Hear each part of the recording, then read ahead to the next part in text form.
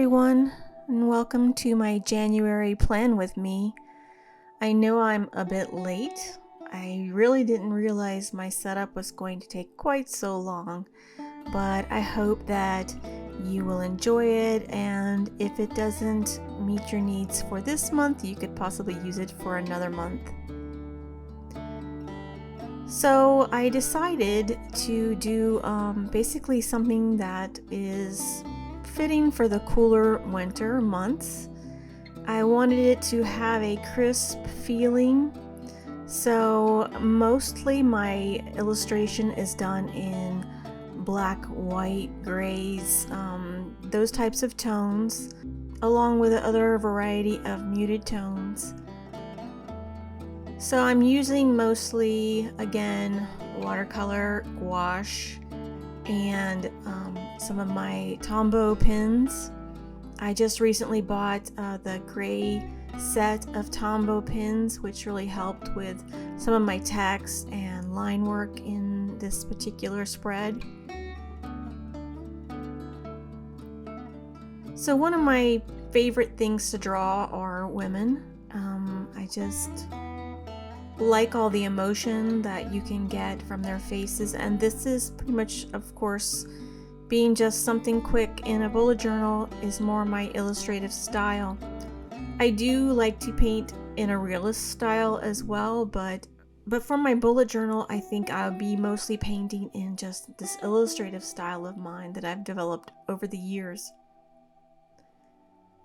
So I didn't really quite plan what the whole feeling of this particular design would be, but initially it evolved out of just a doodle that I did. I was playing in another journal, another art journal that I have, and these images of this lady with a scarf in a cold wintry scene had evolved, and I thought that that would be a nice appropriate theme to pull into the bullet journal.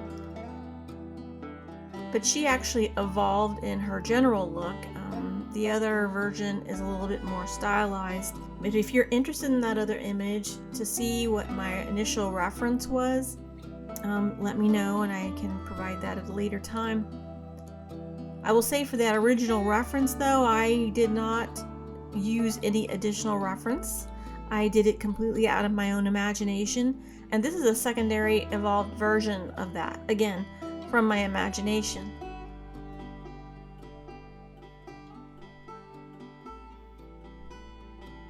So I wasn't too sure, with the gouache, this time I was actually doing a little bit more larger areas of gouache, especially for the landscape in the background, because I wanted it to have more of a washed feel to it.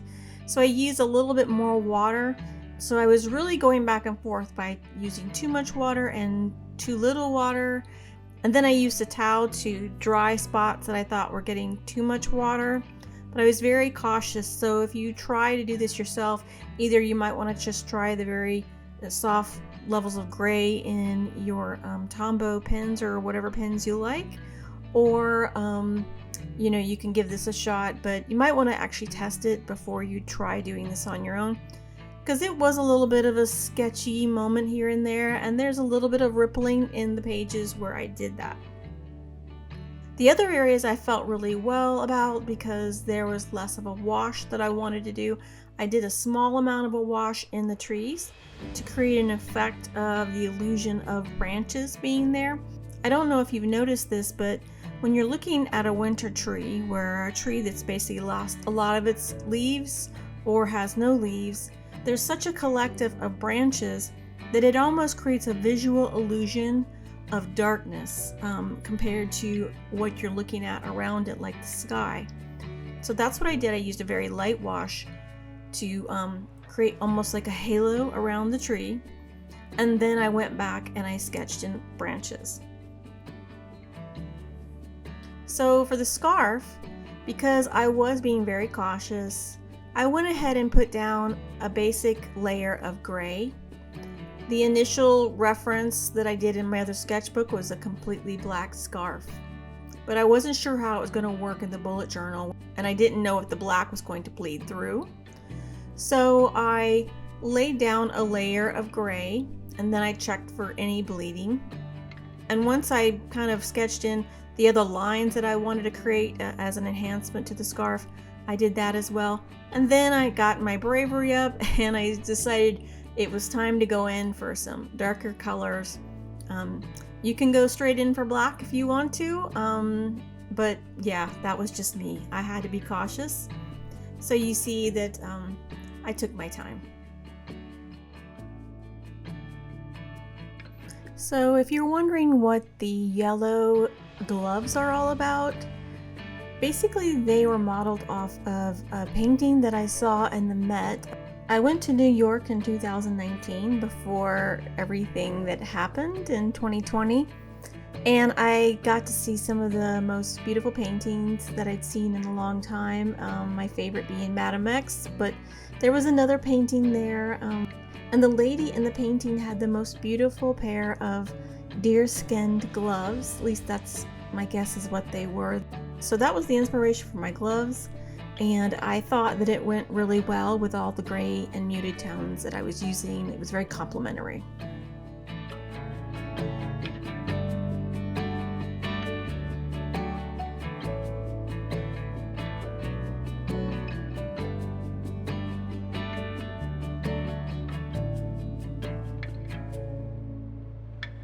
So my color combination for fair skin is pretty simple. It's basically reds, yellows, a touch of blue, and a touch of brown. So it's a mixture of that, and you just kind of play with it until you get the tones that you like. I wanna get away from every little thing just to try to make it through.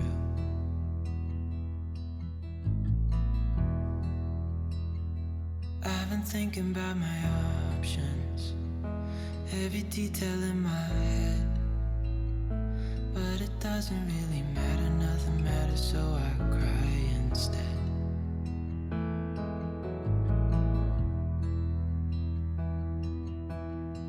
I've been running circles, trying to catch my breath. I've been trying everything I can, but I ain't got nothing left. So this month's illustration actually reminds me of my family's roots in Kentucky. When my grandmother was young, and this was a long time ago, around the last turn of the century. She was actually born in 1900, and my grandma used to ride horses bareback across the hills, and she was very much a woman of the earth. She sheared sheep. Her father had a store, a local store that provided supplies for everybody. And just the idea of this woman alone on the landscape makes me think of my grandmother. It also reminds me of the movie Cold Mountain, if you've ever seen that. It's a really great movie. It's a few years old now. So that movie was another thing I was thinking about while I was working on this illustration.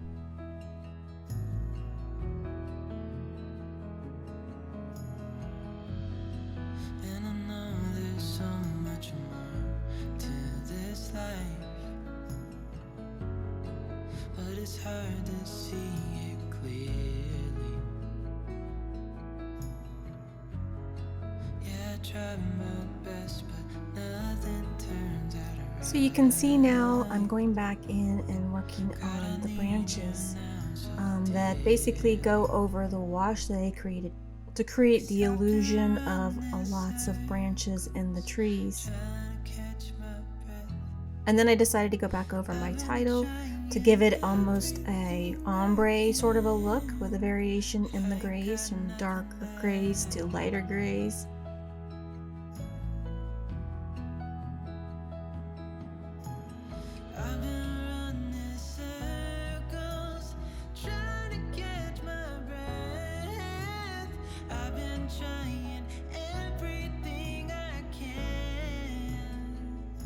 As with watercolor and gouache, layers are always necessary. So I'm going back over now the areas in my log cabin where I wanted to create it where it almost looked like you could see the separation between the logs And there's almost even like a layer of dirt on the bottom part of the cabin.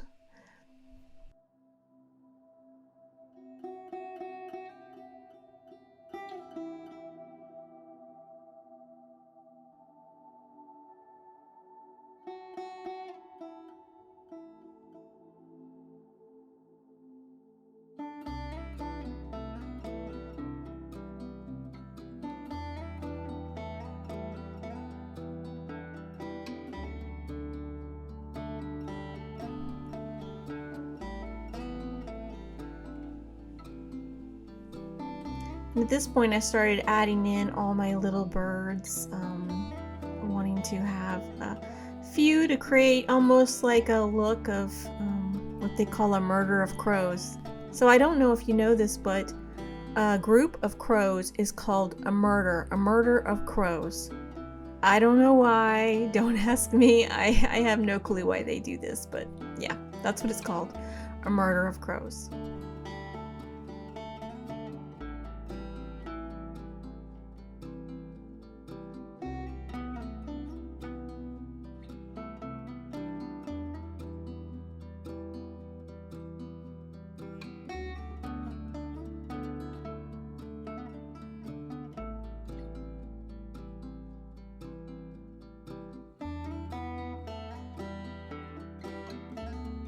So I know that the illustration of this particular setup is taking quite a while on this video, but it did take the most time. I decided I wanted to do something a little bit more interesting, and so it just required that time. I did decide to also go ahead and make my cover into a Dutch door. I'm just kind of fond of them. I like the way that they look. So I got my cutting mat out and my X-Acto knife, and I trimmed out my girl. And then I added my calendar down in the corner, just very subtle touch. Made it kind of look like it was stuck on with some black tape of some sort. So I created that illusion of a torn page that's basically hovering off of the surface.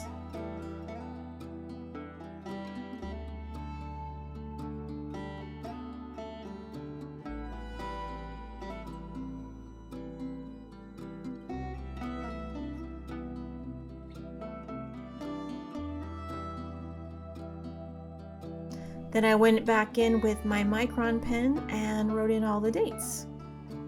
And I also extended the hillside on the other side of her like the initial drawing had. So even though we are doing a Dutch door, I still wanted to create an illusion of the pages matching up the best I could. And so that's what I did. I put another hill on the other side, and I had to add in a bird, and I also wanted to add in my intention for the month. So my intention for this month is be still. It's basically an excerpt out of the Bible which says, "Be still, know that I am God." But I just wanted to simplify it down to simply be still.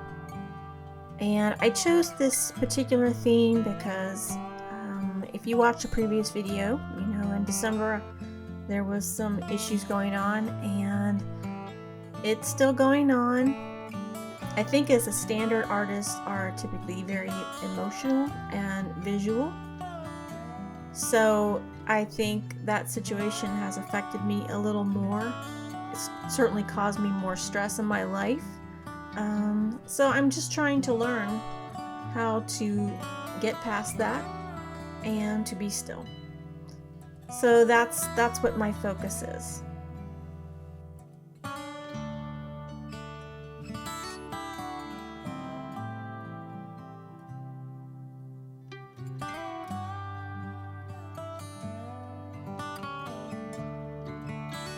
So now we're going to go over to the next spread, which is my weeklies. And I'm personally not interested in doing a journal that's going to have a whole lot of pages that don't really meet my needs. Now later on I might choose to add some extra things, but I wanted to simplify it. So I chose to do a weekly spread. I'm not going to do extra calendars for no no real purpose. I just didn't feel like I would need it. But I felt like the weekly spread was a nice way to provide yourself for space for reminders and things that needed to be done, and any space that you might want to write a few things. But with that in mind, I was able to get 6 different days on each page. But keeping in mind, I've tried to set a goal of having a bird on every single page, or at least that's what I'm going to attempt to do.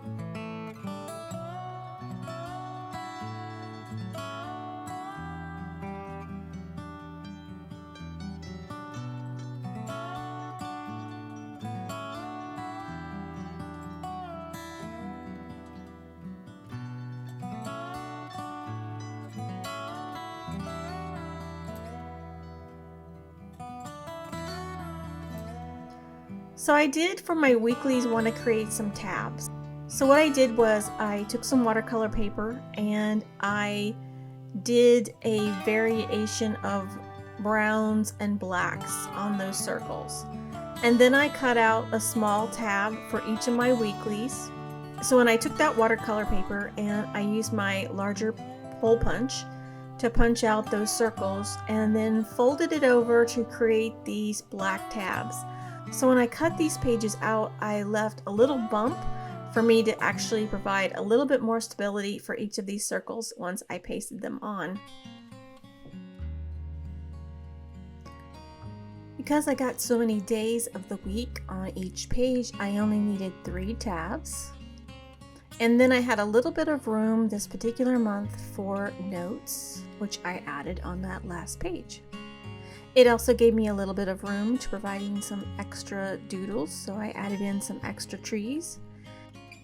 And so if you look on the far side of the page, I also tried to match up anything that was overlapping when I could, so I did that with the trees.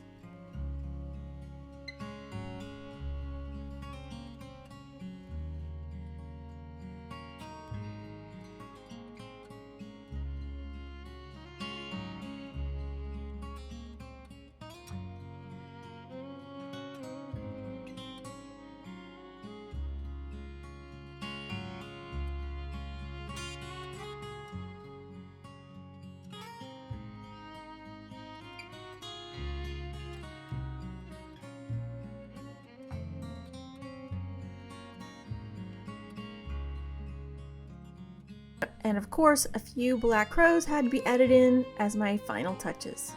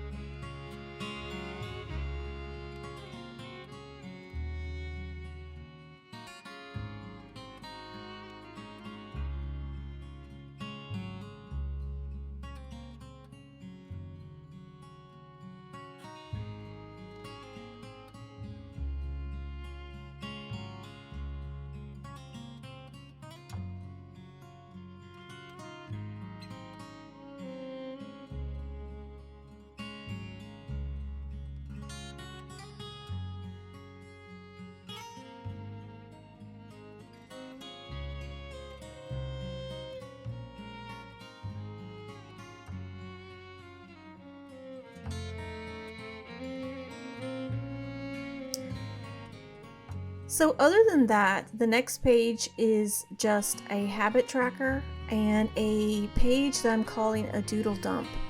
I like the idea of having a space where I could do some doodles if I chose, and I didn't want it to be too structured. I'm not really someone who likes a whole lot of structure anyways. I like the concept of structure, and that's what I'm doing this bullet journal for. At least that's the plan. We'll see how this evolves moving forward. So if you liked today's video, I hope that you will hit the like button to help this channel. And I hope that you will subscribe if you'd like to see future spreads. I'm hoping to do one every single month. We'll see how this all goes, how it works out. I am planning to do these spreads once a month for the next year to see how this all works out. And I'd like for you to come along with me on that journey. And of course, if you'd like to get notifications of any new videos, you can hit the bell. I think you know the drill.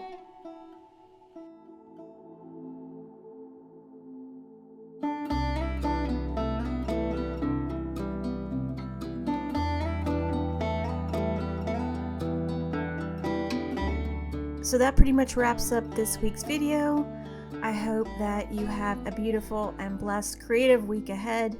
See you next time. Bye.